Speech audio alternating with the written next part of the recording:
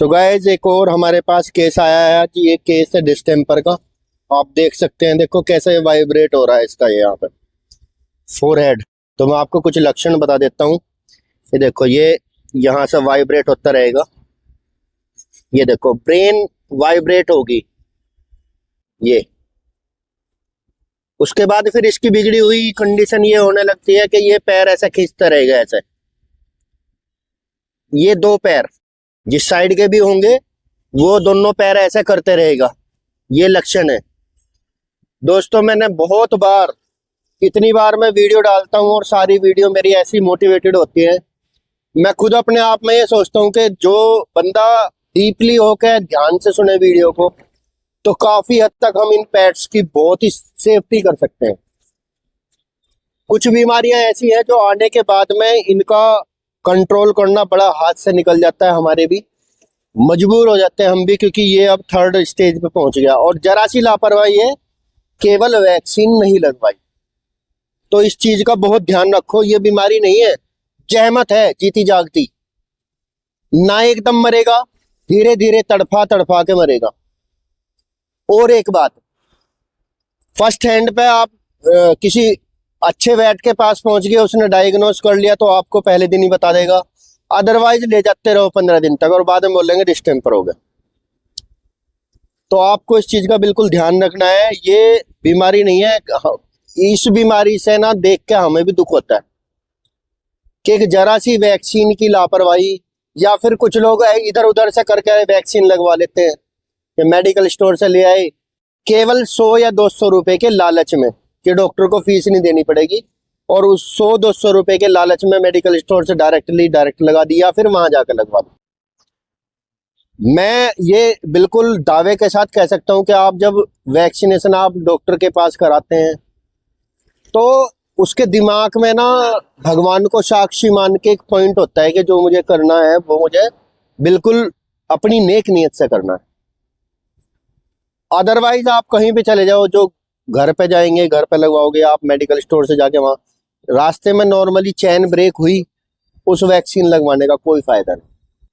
तो हमें बड़ा दुख हो रहा है इस पेशेंट को देख के। ट्रीटमेंट तो हम दे रहे हैं, देंगे, बट ये जीती जागती जहमत है, बीमारी नहीं। इस बीमारी में कई बार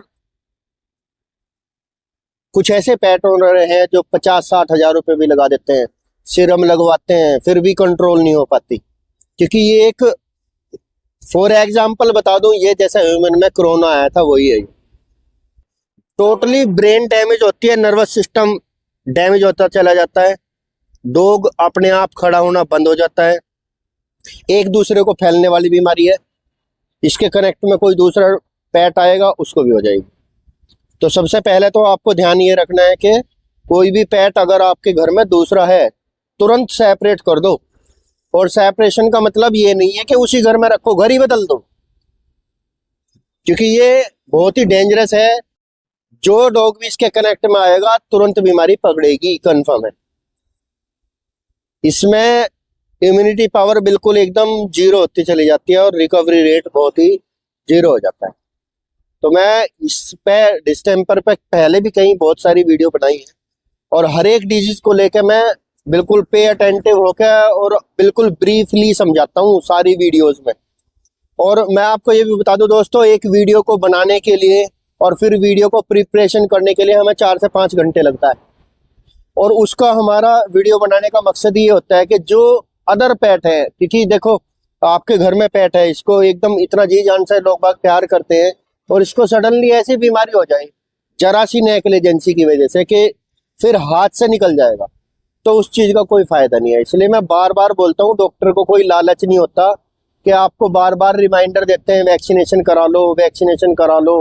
उसका पर्सनली स्वार्थ नहीं है। अगर डॉक्टर का पर्सनली स्वार्थ में एक तरफा देखूं तो वो तो वैक्सीन ही ना लगाए, आएंगे ज्यादा से ज्यादा बीमार होके आएंगे, वहां भी तो पैसा लगेगा। उसको तो अच्छा है कि वैक्सीन का रिमाइंडर ना दे, वैक्सीन के बारे में कोई आपको वीडियो ना बनाए, कोई इंफॉर्मेशन ना दे। तो ये इंफॉर्मेशन हम नहीं चाहते कि ये लापरवाही की वजह से, जब बीमारी आएगी तो देखी जाएगी, फिर तो बीमारी है तो इलाज तो होंगे, बट कुछ बीमारियां ऐसी हैं जिनको हम हमारे भी हाथ से निकल जाती है कहानी। ओनर को पता नहीं चल पाता, अभी ये 3 से 4 डॉक्टर को बदलने के बाद यहाँ आ रहे, और उसके बाद अब पता चल रहा डिस्टेम्पर का ट्रीटमेंट इसका अब तक हुआ नहीं है, और ये 3rd स्टेज पे पहुंच गए।